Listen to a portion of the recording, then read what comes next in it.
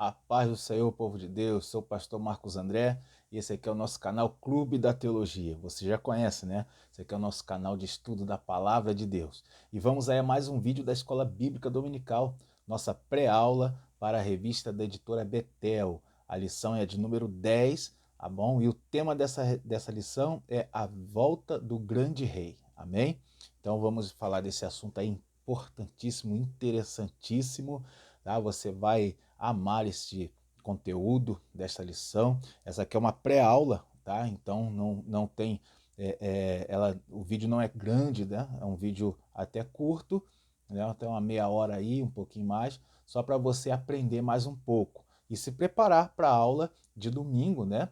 E você que é professor também prepara a sua aula, amém? Vou deixar aí na descrição desse vídeo o link para essa lição que está lá no nosso blog, no Clube da Teologia, e também o link para o subsídio, né, para você adquirir esse subsídio aí dessa lição, também lá no nosso blog. Amém? É uma aula interessante, um conteúdo muito legal. Vamos falar um pouco aí sobre pós-tribulacionismo, né, a visão arminiana e a visão, né, calvinista. Vai muito interessante mesmo. Antes de tudo, já te peço que deixe aí o seu like aí no vídeo, tá bom? Compartilhe esse conteúdo, recomende, né? E se inscreva no nosso canal caso você não seja inscrito, ative aí os sininhos para notificações, amém? Vamos lá esse conteúdo, vamos aí a esta aula. Então vamos aqui na introdução, tá? E o tema é a volta do grande rei. E a introdução, eu já separo aqui um destaque aqui para umas partes que diz assim: a primeira, nesta lição estudaremos sobre a iminente e triunfante volta de Cristo. Bom, então, isso aqui é interessante que no livro de Apocalipse ele vai apresentar o retorno triunfal de Jesus, né? Apocalipse 1:7, ele é o versículo chave aí para esse retorno, esse retorno triunfal, e a gente chama ali em escatologia de a vinda em glória, tá? Quando você ouvir falar vinda em glória, é esse retorno triunfal de Jesus, onde ele vai aparecer nas nuvens e toda a humanidade vai vê-lo no céu, tá? É muito interessante isso daqui e a gente vai explicar como será esse processo. A lição ela vai falar disso, tá? Então, continuando aí, vamos para o. Separo também aqui um destaque para essa parte que diz assim: o desejado das nações finalmente voltará. Bom, aqui está a expressão com D maiúsculo aí, né, o desejado das nações, se referindo a Jesus. Essa menção, essa expressão, ela aparece uma única vez na Bíblia, lá em Ageu 2, verso 7, aonde o profeta fala que viria o desejado das nações. Bom, então nas Bíblias, uma versão mais antiga, de João Ferreira de Almeida, ela aparece com D maiúsculo, por causa da interpretação ali do próprio João Ferreira de Almeida, de que esse desejado das nações seria o Senhor Jesus, né? Claro que depois com a NVI e outras versões já tirou esse D maiúsculo, não parece mais o D maiúsculo, né? Agora é D minúsculo, tá? Mas aí a gente entende qual foi a visão de João Ferreira de Almeida, né? É interessante e espiritualmente eu até adoto essa visão, achei muito legal a forma com que foi colocado ali, tá? Então tem um outro vídeo meu que explica o porquê que mudou, tá? Não tem mais esse D com D maiúsculo. Você pode pesquisar lá no blog O Clube da Teologia, ou se você digitar na internet, tá escado você achar aí o meu blog lá. Bom, continuando então, no primeiro tópico, o tema desse tópico é a volta iminente do Rei dos Reis, né? Quero lembrar você o seguinte: o conteúdo que eu falo aqui é uma pré-aula, né? Então eu trabalho em cima do subsídio que eu já escrevi para essa aula, que eu publiquei lá no Clube da Teologia, e quem quiser adquirir pode entrar lá e solicitar. Bom, o, o conteúdo é bem mais extenso, eu explico ponto a ponto, ali, alguns tópicos ali eu bato parágrafo por parágrafo para poder auxiliar os professores, né? E você e quem é aluno quiser aprender também, né? Bom, então vamos lá. Nesse subtópico, onde está aqui todo olho verá, é o tema, eu faço um destaque para essa parte que diz assim, ó: enquanto o arrebatamento da igreja será nos ares, de forma secreta e repentina. Bom, esse aqui o comentarista coloca dessa forma, né? Que o arrebatamento da igreja será de forma secreta e repentina, e a vinda em glória vai ser, né? Vai ser para todo mundo ver, né? Bom, então aqui é o seguinte: tem uma corrente teológica que ela afirma que não vai haver o arrebatamento secreto. Essa corrente teológica é bem grande, né? Ela é bem fortalecida por muitos, por pregadores renomados aí. É a visão calvinista. Eles acreditam que não vai haver esse arrebatamento secreto, aonde Jesus ele vem e secretamente ele arrebata a igreja e o mundo só vai sentir, né? Essa é a visão arminiana que nós acreditamos, que o mundo só vai sentir a falta da igreja, né? De um povo, mas não haverá, assim, não vai ser estendido para todos, somente a igreja vai ser arrebatada. Então, na visão calvinista, o arrebatamento é pós-tribulacionista, né? Então, o arrebatamento vai ser só no final da grande tribulação, aonde Jesus vem em glória e ali acontece tudo isso. Essa é uma outra visão, tá? É claro que se você tem que se preparar, né? Se vem antes ou depois, se é arrebatamento secreto ou não, você tem que estar preparado para ele. Esse é o foco, o cerne do ensinamento cristão. Não cabe aqui a gente ficar debatendo se vai ser secreto, se não vai ser secreto. Eu acredito que será secreto, tá? Embora a Bíblia não fale em nenhum momento de arrebatamento secreto, mas fala de um arrebatamento, fala de um encontro com o Senhor nos ares, né? E a gente tem que entender que o importante não é você defender um arrebatamento, se é secreto ou não. Questões teológicas da escatologia. Esse não é o foco de se estudar escatologia, tá? O foco é de você se preparar para os eventos que em breve ocorrerão. E o principal deles para a igreja é o arrebatamento, tá bom? Bom, continuando então, vamos aí nesse subtópico ainda, eu faço um destaque para essa parte aqui que diz assim, ó: será semelhante a um relâmpago sobrenatural, pois o mundo inteiro verá sua volta gloriosa. Tá? Então isso aqui é o seguinte: a vinda em glória do Senhor Jesus vai ser o fechamento da grande tribulação. Tá? Ele vai vir em glória, a sua glória sendo revelada para todo mundo no final da grande tribulação. Então, resumindo, vamos entender um resumo aqui. Ocorre o arrebatamento da igreja, e no arrebatamento já tem início a grande tribulação.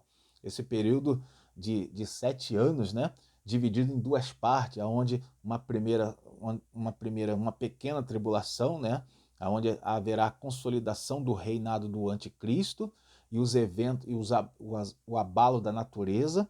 Então, essa primeira uma primeira parte, depois uma segunda parte, onde haverá uma ferrenha perseguição contra a igreja e contra o povo de Deus.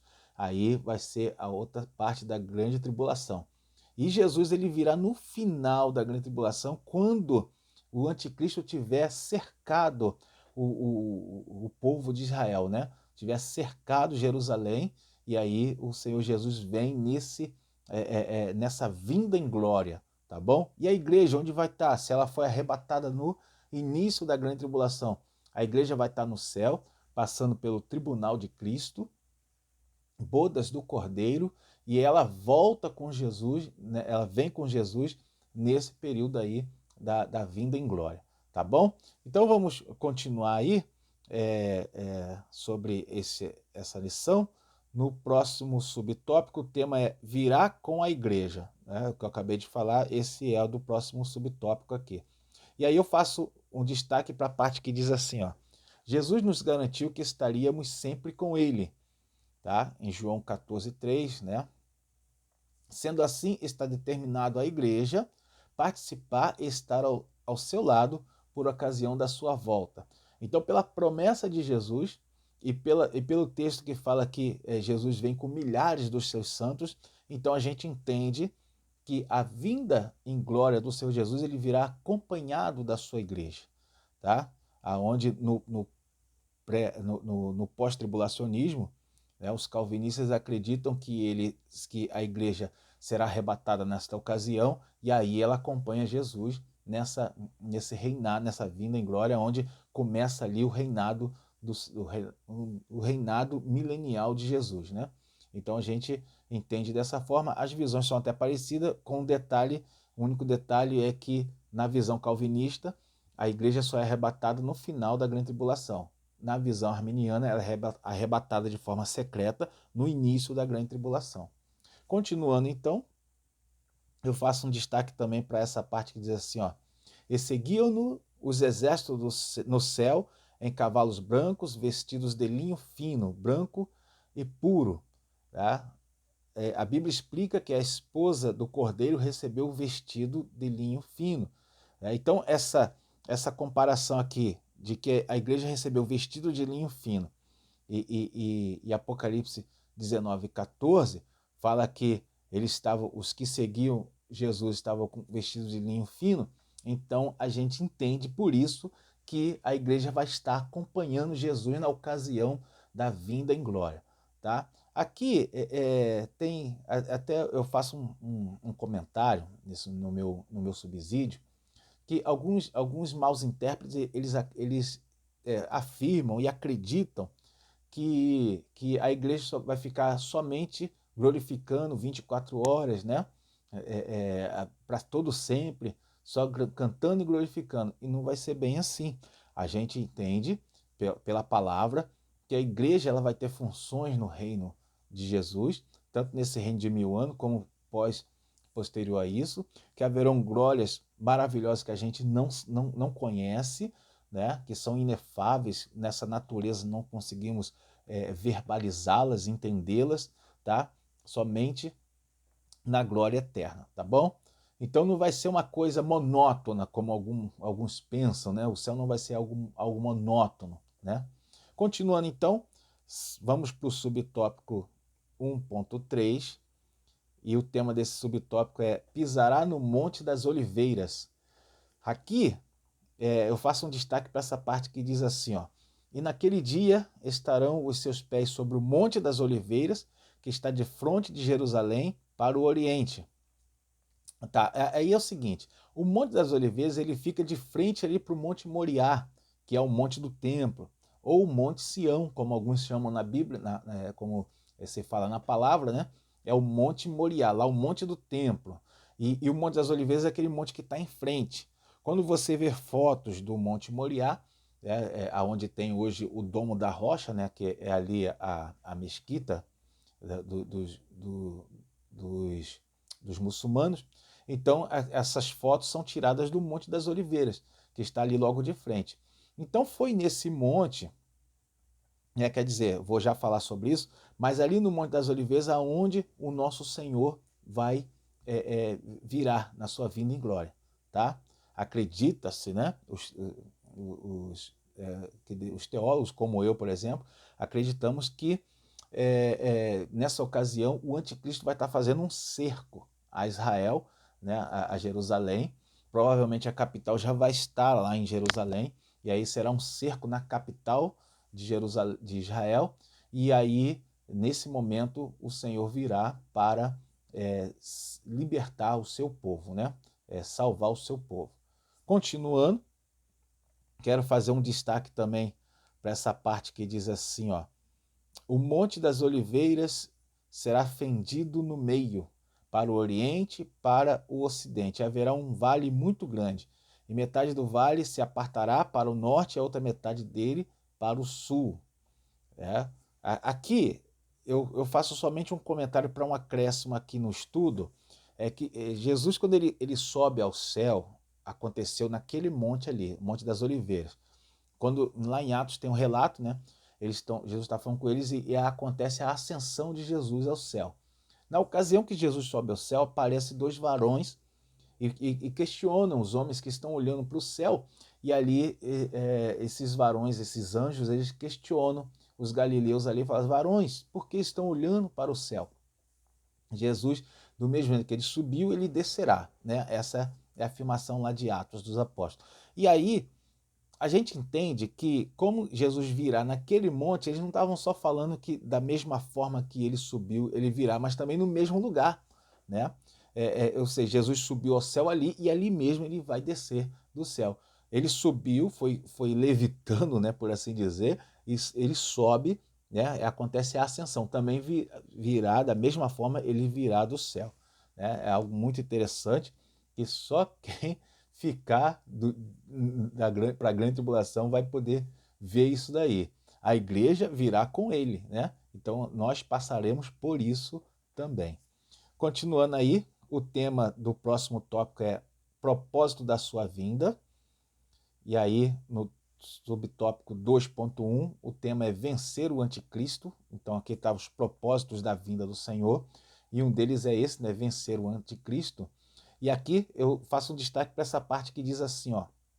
Um dos propósitos da segunda vinda de Cristo é derrotar o anticristo, o falso profeta e seus confederados. Tá? Aqui, sobre isso aqui, eu comento o seguinte, né? Na ocasião da vinda em glória, o anticristo ele vai estar fazendo um cerco a Israel.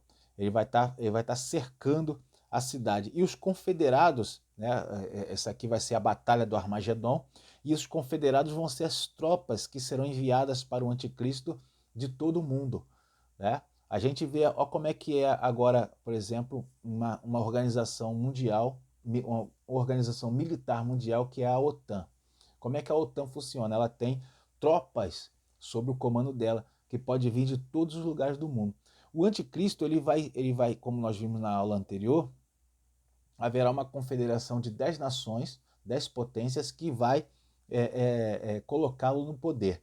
Então, provavelmente, né, uma organização, eles terão também uma organização militar, não sei se vai ser a OTAN, não estou aqui amarrando a visão profética, tá? Mas haverá uma organização militar que enviará tropas para o anticristo, para essa guerra do Armagedon, que a Bíblia relata, que vai ser a última batalha ali, onde o anticristo vai reunir forças, tropas do mundo todo, para lutar contra Israel. E vai fazer um cerco na cidade de Jerusalém.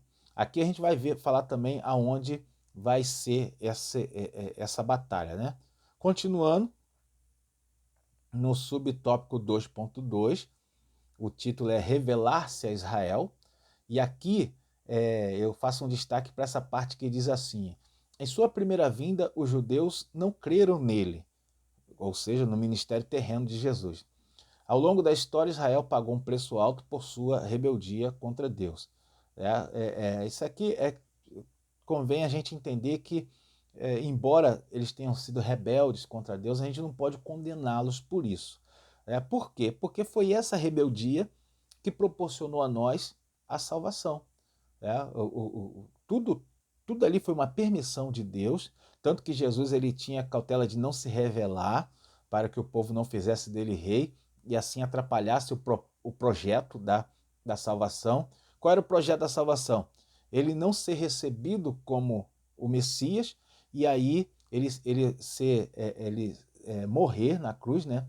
Ele ser ali crucificado, tudo isso era o propósito, e assim essa salvação passaria para o mundo todo, para todo que cresce nele, né, na sua divindade, né, todo que cresce ali nessa salvação, e aí receberia como nós recebemos. E hoje todo o mundo é participante desta salvação, tá bom? Então por isso a gente não pode condenar os judeus por isso, né? Não podemos condená-los, porque eles não receberam Jesus, não acreditaram nele.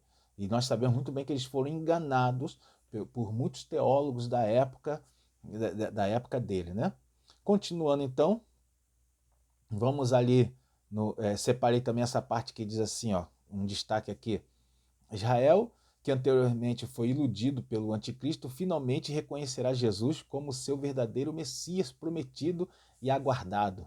Né? Aqui Apocalipse 1,7 fala que ele vai ser recebido até mesmo por aqueles, todos verão até mesmo aqueles que o transpassaram, se referindo aos judeus. Né? Porque a crença antiga, veja bem, ela é de que o Messias ele viria com um grande exército e livraria Israel dos seus inimigos. Olha como que vai estar no final da grande tribulação. Israel vai estar cercado pelas tropas do anticristo, e aí Jesus virá e vai livrar Israel. Quando eles forem receber aquele que veio do céu, que livrou, eles vão recebê-lo da forma como é passado a promessa do Messias do Antigo Testamento. O Messias, no entendimento deles, o Messias viria com um grande exército, e aí assim que Jesus virá, né, no período da grande tribulação, e aí eles vão recebê-lo como Messias.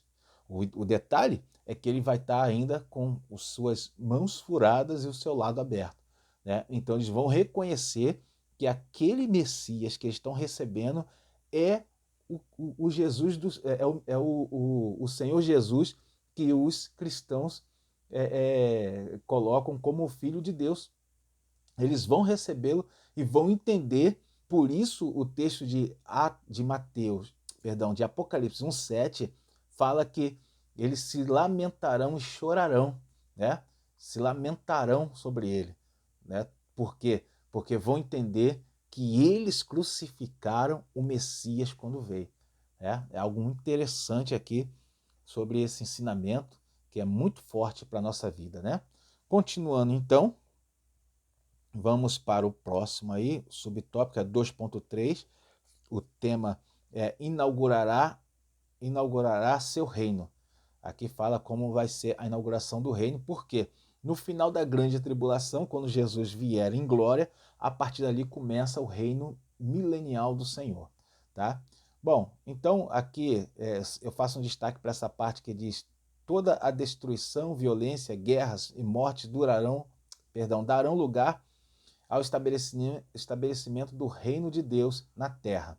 Tá? Então vai ser um período de 1000 anos, aonde Apocalipse 20, verso 4, fala, né, desse período quando o Senhor ele vai prender, Satanás será preso por 1000 anos, e aí começa o reinado. A gente entende que será um reinado de 1000 anos, porque Apocalipse 20 ele vai falar por 3 vezes ali que vão passar os 1000 anos, e só no final dos 1000 anos é que ocorrerá o juízo final. Então a gente entende ali em Apocalipse 20 que Jesus vai estar reinando com a sua igreja nesse período de 1000 anos, tá bom?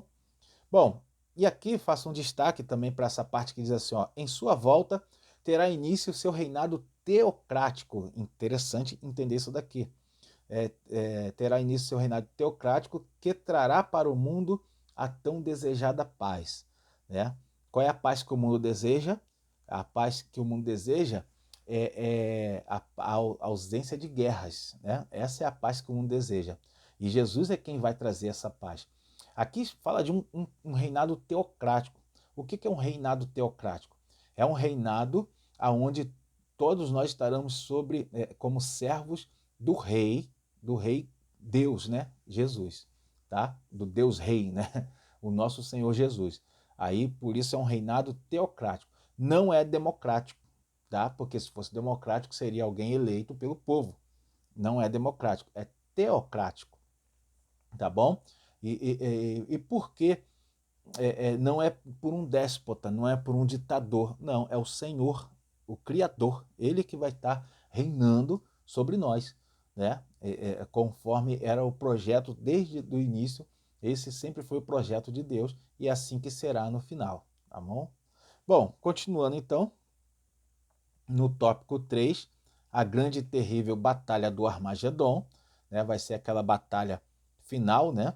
E aqui no 3.1 tem o local da batalha. Eu faço destaque para essa parte que diz assim, ó, historicamente, Megido era uma fortaleza de frente à planície de Esdrelon, palco de muitas batalhas do povo de Israel no passado, né? Então existe esse lugar, né? Megido, ele fica lá a 128 quilômetros de Jerusalém, ali, é uma planície, né? Aonde fala que vai ocorrer a última, Apocalipse fala dessa última batalha, da batalha do Armagedon, aonde, né, as tropas do anticristo vão estar reunidas. Como Megido fica longe e Jesus virá em Jerusalém, a 128 quilômetros dali, né, nós temos ali, não temos uma compreensão adequada de como que vai ser isso, né? Mas a gente entende que que o anticristo vai ter cercado Israel, provavelmente em Megido será o local das forças. Nós sabemos que hoje as guerras não são travadas com batalhas de tropas, né? O primeiro momento de batalha é com mísseis, né? E as tropas elas invadem depois. Provavelmente vai estar sendo bombardeado Israel e aí as tropas vão estar preparadas para invadir. E aí ocorrerá essa batalha final. Provavelmente o cerco não se dará nas portas de Jerusalém, será, né, no entorno, né, antes de chegar à capital. E provavelmente Megido vai ser um local da concentração desse cerco. A gente não tem total certeza dessas coisas, porque são coisas futuras, né? São eventos futuros aonde vai acontecer essa batalha final. Continuando, aqui eu separo no subtópico 3.2, os inimigos serão destruídos. Eu vou pular esse subtópico e vou para o 3.3, aonde o tema é Jesus, o rei que breve virá. Bom, e aqui eu faço um destaque para essa parte que diz assim: diferente de sua primeira vinda, onde é descrito pelo profeta Isaías como sem parecer nem formosura. Tá? Essa descrição do profeta Isaías, ele está vendo um Jesus crucificado, por isso ele fala sem parecer nem formosura, e nessa passagem toda a gente nos mostra como que Isaías está vendo na visão, por isso a gente entende que é o Senhor Jesus crucificado. Bom, agora vamos ver aqui mais uns detalhes sobre essa aparência dele, né?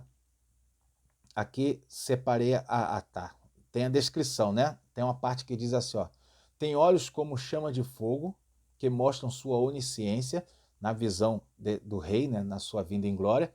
Aí fala dos olhos dele como chama de fogo, né? Ou seja, mostrando a sua onisciência. Olhos como chama de fogo identifica aquele que tudo vê.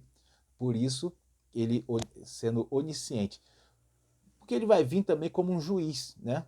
E a melhor forma de um juiz julgar é ele tendo conhecimento de todos os fatos. Por isso, ele é um destaque na visão de os olhos como chamas de fogo. Continuando aí, separei também a parte que diz assim, ó, um destaque aqui: aparece com muitos diademas, tá? Essa parte da lição que está falando sobre isso, na visão de João, fala dele com muitos diademas. O diadema era um símbolo de autoridade, né? Só que aqui fala que ele tem muitos diademas, porque ele vai vir como rei dos reis.